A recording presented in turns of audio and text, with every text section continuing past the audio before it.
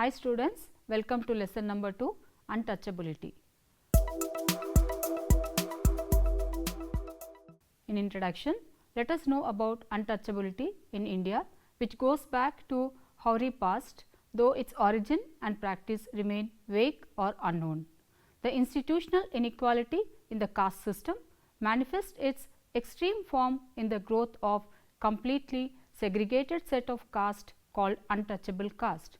The untouchables were called as the Chandalas in later Vedic. There was a lot of stigma against the Chandalas in the later Vedic period, but untouchability on a large scale appeared only between 600 BC and 200 AD. In this lesson, we are going to trace how the untouchability has originated, the Dalit meaning which is relating to the untouchable caste, and also the government ameliorative measures to uplift the untouchables. The lesson objectives are: 1. To understand the origin of untouchability, 2. To know the theories explaining the untouchability, 3. To know the eradication and Dalit consciousness. The origin of untouchability. In the Hindu social system, a large number of castes are outside the hierarchical Varna division of the society and were considered to be the untouchable caste. The origin of untouchability can be traced back to the times when the Aryans invaded India around 1500 BC. They looked down upon the indigenous people as culturally and radically inferior, while some of the indigenous people escaped into the jungles. The rest of them were subdued and incorporated into the Aryan society as inferior caste. In the later Vedic period, the people who escaped into the jungles began to be called Chandalas. Manu holds that the 4 Varnas originated from his arms, the Vaishyas from his thighs, and the Shudras from his feet. Rest of the caste came into being as a result of alliances among the 4 Varnas. The 2 important theories pertaining to the origin of untouchability are as follows. 1. The first theory says that discovery that the Indus Valley people spoke a Proto-Dravidian language suggests that the people conquered by the Aryans were Dravidians. They subsequently moved down south and subjugated the indigenous people there. When Aryan influence spread to the south, the Varna system and the untouchability came into existence. Thus, the Dalits were among the original tribes of South India who became isolated from the rest of the world and so were looked down upon the others. They belonged to the first wave of Dravidians who emigrated to the south and were subsequently won over by a more civilized wave who forced them to live as manual laborers. 2. The mixed caste theory offered by Manu explains that the Aryans developed a social organization wherein the Chandalas occupied the lowest position is answered by this theory. This theory explains the existence of the 4 Varnas as divinely ordained and the other caste outside the Varna scheme as a result of unlawful sexual alliances between men and women of different Varna. The Chandalas resulted as then offspring of a Brahmin woman and a Shudra man. 4 other groups were also included among the untouchables. In the years after 200 AD, untouchables came to include more groups. The label Chandala came to be used to refer to all those at the bottom of the society. The number of untouchable caste always exceeded the number of mixed origin caste, so other considerations influenced the classification system. This theory accords priority to Varna rather than Jati. To explain the origin of untouchability, recent theories have used components such as race and the concern for racial purity. When races interact, the subjugation of diverse groups by the technologically superior Aryans, the division of labor as migrant Aryans settled down adopting agricultural and then urban ways of life, incorporation of new tribes, new guilds and new religious sect into the Aryan society. The meaning of Dalits. Let us know the term meaning and the term of Dalit. The term Dalit in Sanskrit is derived from the root dal, which means to split, break, crack and on. It means split, broken, burst, etc. Jyotiba Phule, the founder of Satyashodak Samaj, a non-Brahmin movement in Maharashtra, is believed to have coined the term Dalit. He used the term to refer to the outcast and untouchables as the victims of the caste-based social division of then Indian society. The Dalits were earlier known as untouchables and outcasts for centuries. The degrading terms were replaced by the British administration by depressed classes in 1919. Gandhi called them Harijans, people of God. Ambedkar did not accept Gandhi's term. He proposed the term Protestants Hindus. In 1935, the British government defined them as scheduled caste. It was during 1970s the Dalit Panther movement of Maharashtra popularized the term Dalit. Today, the term is used for Dalit people of various religions and protest movements. Dalits occupy the lowest position in the caste hierarchy based on ritual purity and occupation and outside the Varna system, which gives the traditional name Panchamas. They have been oppressed throughout the recorded history of India, relegated to doing agricultural tasks and polluting occupations like disposing dead bodies, working with leather, cleaning toilets and sewage, etc. They have been stripped of their dignity and denied basic human rights. They were considered untouchables, implying that anybody touching them would be polluted. They were denied access to roads, temples, schools, etc. to avoid pollution of other caste. To this day, thousands of villages have a separate area for Dalit houses, separate wells for Dalits, classrooms where Dalit children sit separately and tea shops with separate glasses for Dalits. Such discriminations occur despite laws against such practices. Centuries of oppressions and discrimination has resulted in poverty and its associated problems amongst Dalits. A large number of Dalit converted to religions including Buddhism, Christianity, Islam and Sikhism for equality and human dignity. Dr. Ambedkar believed that neither Marxism nor bourgeois nationalism nor republicanism provided any solution to the problem of caste. So, he turned to religion. He rejected Christianity and Islam because they did not originate to fight the caste system. He chose Buddhism and converted to it along with millions of Mahars. Till the early 1930s, the de jure definition of the depressed classes as they were then known was in terms of the religious concept of pollution. The depressed classes were defined as Hindu caste, contacts with whom entail purification on part of high caste Hindus. 1 out of every 6 Indians belong to this caste. Ex untouchables by law, but still untouchables in practice.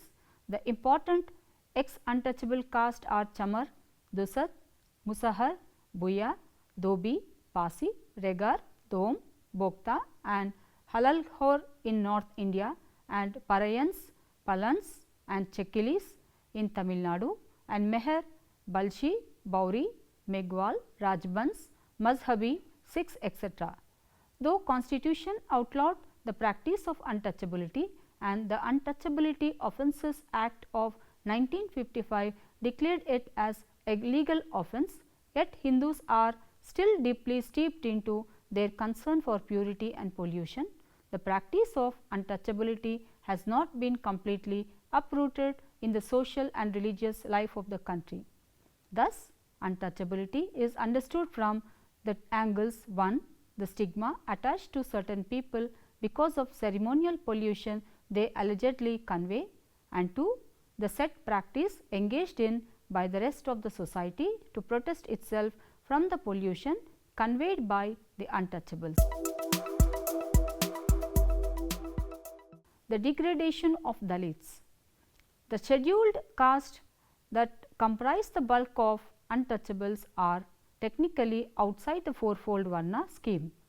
These castes were imputed with maximum degree of ritual and social impurity, while their occupations were held to be lowest in normative hierarchy. Severe restrictions were imposed on these castes, also called as Dalits today, since early periods, like not allowing them to wear shirts or vest, not use ornaments, sandals or umbrellas, to use only earthenware vessels in homes, not to enter cities after sunsets and before sunrise, and keep a prescribed distance of steps from upper caste Hindus. They were thus totally ostracized. The social stigma of untouchables manifests itself in all walks of life. They are denied access to temples and to the services of the Brahmins and are shunned by the higher caste. They are born as impure and live as impure. The rest of society is so much concerned about purity that they permanently keep untouchables in a state of economic, social and political subordination. The stigma, congenital according to one's lasts a lifetime and cannot be eliminated by right or deed.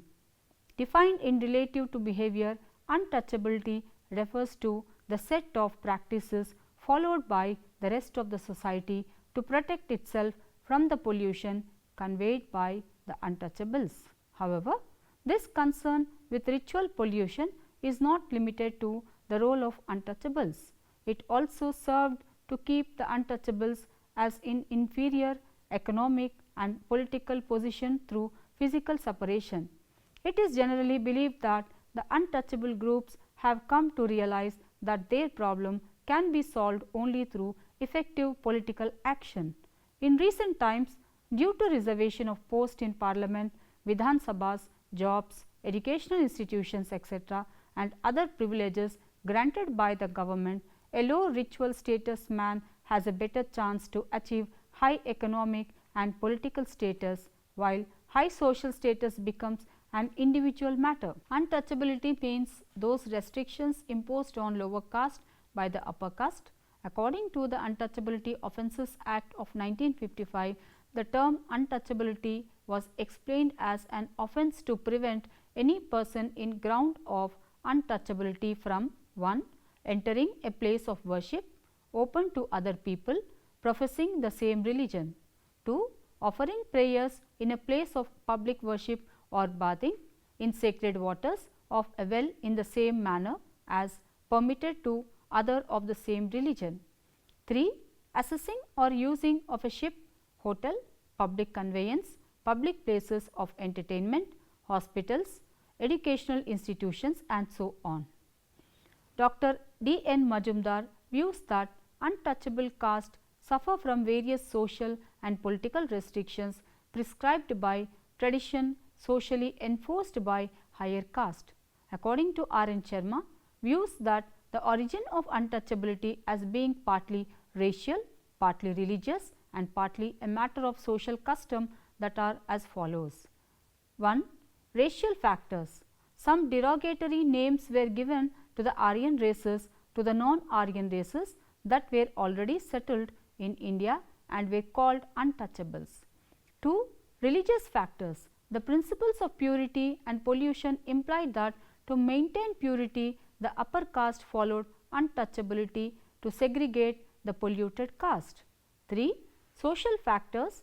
These include the customs and conventions devised to share the burden of maintaining untouchability caused by racial and religious factors, association with dirty professions such as scavenging, sweeping the roads, tanning, curing of hide, skin and the leather works lead to the feeling of untouchability. According to Nesfield, the untouchables were subjected to many economic, religious, political and educational restrictions. The stratification of Hindu, the social structure was based on caste. The stratification of Hindu, the social structure which is based on caste, the status of the individual is determined by his birth in a particular caste. Each caste member has a caste occupation which he must follow. These occupations were divided into pure and impure on the basis of purity and pollution. The Harijans, who were regarded as untouchables, followed occupations which were considered impure. They were looked down upon as one with whom even physical contact was defiling for the upper caste. Several social restrictions and disabilities were imposed on the untouchables. Some of the restrictions are as follows. 1. The untouchables were prohibited from entering villages and towns in daytime, as their shadows would defile the higher caste. They were not allowed to reside in the center of the village along with other caste. They were prevented from using roads in the daytime and were forced to work at nights. 2. Other restrictions like food habits, dress patterns and adornment of jewelry. They were totally forbidden from entering other caste locality. 3. Entering public places such as temples, theatres and educational institutions were not allowed. They could not use wells used by the other caste. 4. The untouchables were not allowed to stand other on equal terms in commercial and other celebrations. Their marriage processions were not allowed to enter the streets of village. They were denied the services of washerman, barber, etc. The untouchables thus faced severe social, civic and religious and political disabilities right from the time the caste system was in vogue in Indian society. They also faced problem of poverty, as they were by and large landless agricultural labourers. From 19th century onwards, there was a change in the attitude towards untouchables. The term scheduled caste was first used to refer to certain caste in the Government of India Act 1935. After independence, the Government of India pledged to provide through its constitution justice, liberty, equality and fraternity to all citizens without discrimination. To achieve this objective, the Government of India incorporated certain special provisions in the constitution to eradicate untouchability, which are as follows. Point 1. The preamble of the Government of India declares its assurance to provide equality, to promote fraternity, to guarantee liberty and ensure justice to all the citizens of the country. The articles 15, 16, 17 and 38 guarantee that the state shall not discriminate the people on grounds of caste, religion or class, creed, economy and education. 2. Article 17 clause 3 declares that untouchability is abolished and its practice in any form is forbidden. Violation of this provision is an offence punishable under law. 3. Articles 330, 332 and 334 provide reservation of seats for scheduled caste and scheduled tribes in the state legislatures. Assembly have to help them participate in the political process, and Article 16, 4, 324 and Article 335 provide reservations for scheduled caste in government offices and services. Point 5. Under Article 35, the Untouchability Offences Act 1935 was passed by the Parliament to make untouchability an offence. This act was substituted by the Protection of Civil Rights in 1976 as provided under the Act. Government of India also notified the rules PCR rules 1977 to carry out the provisions of this act.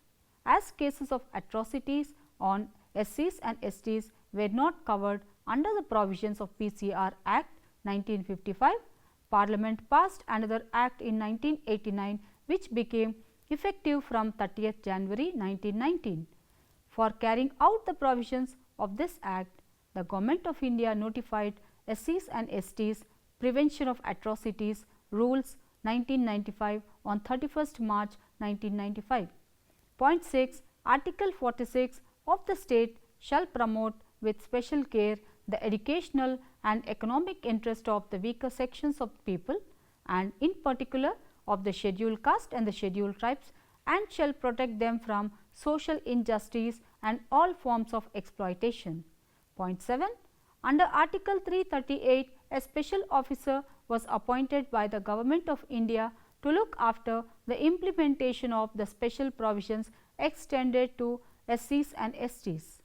Point 8. advisory boards have been set up in all states to give suggestions to the government regarding the ways and means of protecting the interest and promoting the welfare of SCs and STs.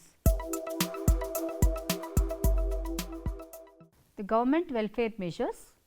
The changes among Dalits have come through three avenues: state policy in regard to untouchable groups, reform movements at various periods of time, and the process of Sanskritization and Westernization. The amelioration of conditions of these underprivileged groups engaged in the attention of the framers of the Constitution after independence. The protective discrimination is one of three ways in which government attempts to deal with the problems confronting the Dalits. The constitutional provisions remove discrimination and benefits make them eligible. The central and the state governments have taken up various programs and schemes for the welfare of the SCs and STs, which are mentioned as follows. 1. Free education, scholarships and free books and hostel facilities are being provided to encourage and educate them. 2. Financial assistance is being provided through institutions such as banks, cooperative societies to encourage the SC members to start small scale and cottage industries. 3. Various housing schemes are taken up especially for SC members. The financial and vocational training is provided free of cost to these members to help them find employment. 4. Land reforms have been framed by the central government and are implemented by the state government for socio-economic development of people in the rural areas, including members of the scheduled caste who are mostly landless agricultural laborers. The several voluntary organizations are making efforts for the upliftment of this section of society and eradicate untouchability along with government. Among the voluntary organizations, few are Harijan Sevak Sangh, Red Cross Society, Ramakrishna Mission and Servants of Indian Society. They are providing social education to all to remove the ill effects of untouchability in a modern democratic way. Point 2. Enforcing the laws more effective to punish those who practice untouchability. The legal procedures must be simplified so that the victims of untouchability can easily approach the law for justice. 3. Creating awareness among them about various facilities and opportunities and encouraging them to avail these. 4. Checking the misuse of provisions by the middlemen. 5.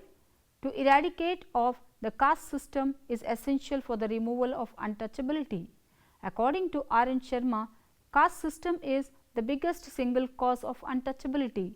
Thus, the eradication of the caste system will also remove the tradition of untouchability. The long-standing exploitation made the scheduled caste conscious of their separate identity, raised their self-consciousness, led to the emergence of scheduled caste movements and activated the process of Sanskritization as observed by M. N. Srinivas. The consequences of all this awareness and movements were emergence of some SCs in different parts of the country as political groups putting pressure on the national leadership for taking measures to do away with the social disabilities of the Dalits. The conscious attempts of Dalits for status mobility, the alienative movements led to the horizontal level caste consolidation of SCs by fusion of a number of subcastes into one caste group. To conclude, the untouchability is a problem which is peculiar to Indian society. In spite of the welfare programs and ameliorative measures taken by the state, there has been social sabotage side by side by the dark forces of the society. The problem could not be solved even if every person thinks about other person as a human being and develops a humanistic attitude towards fellow beings, leaving all other restrictions aside. Thank you.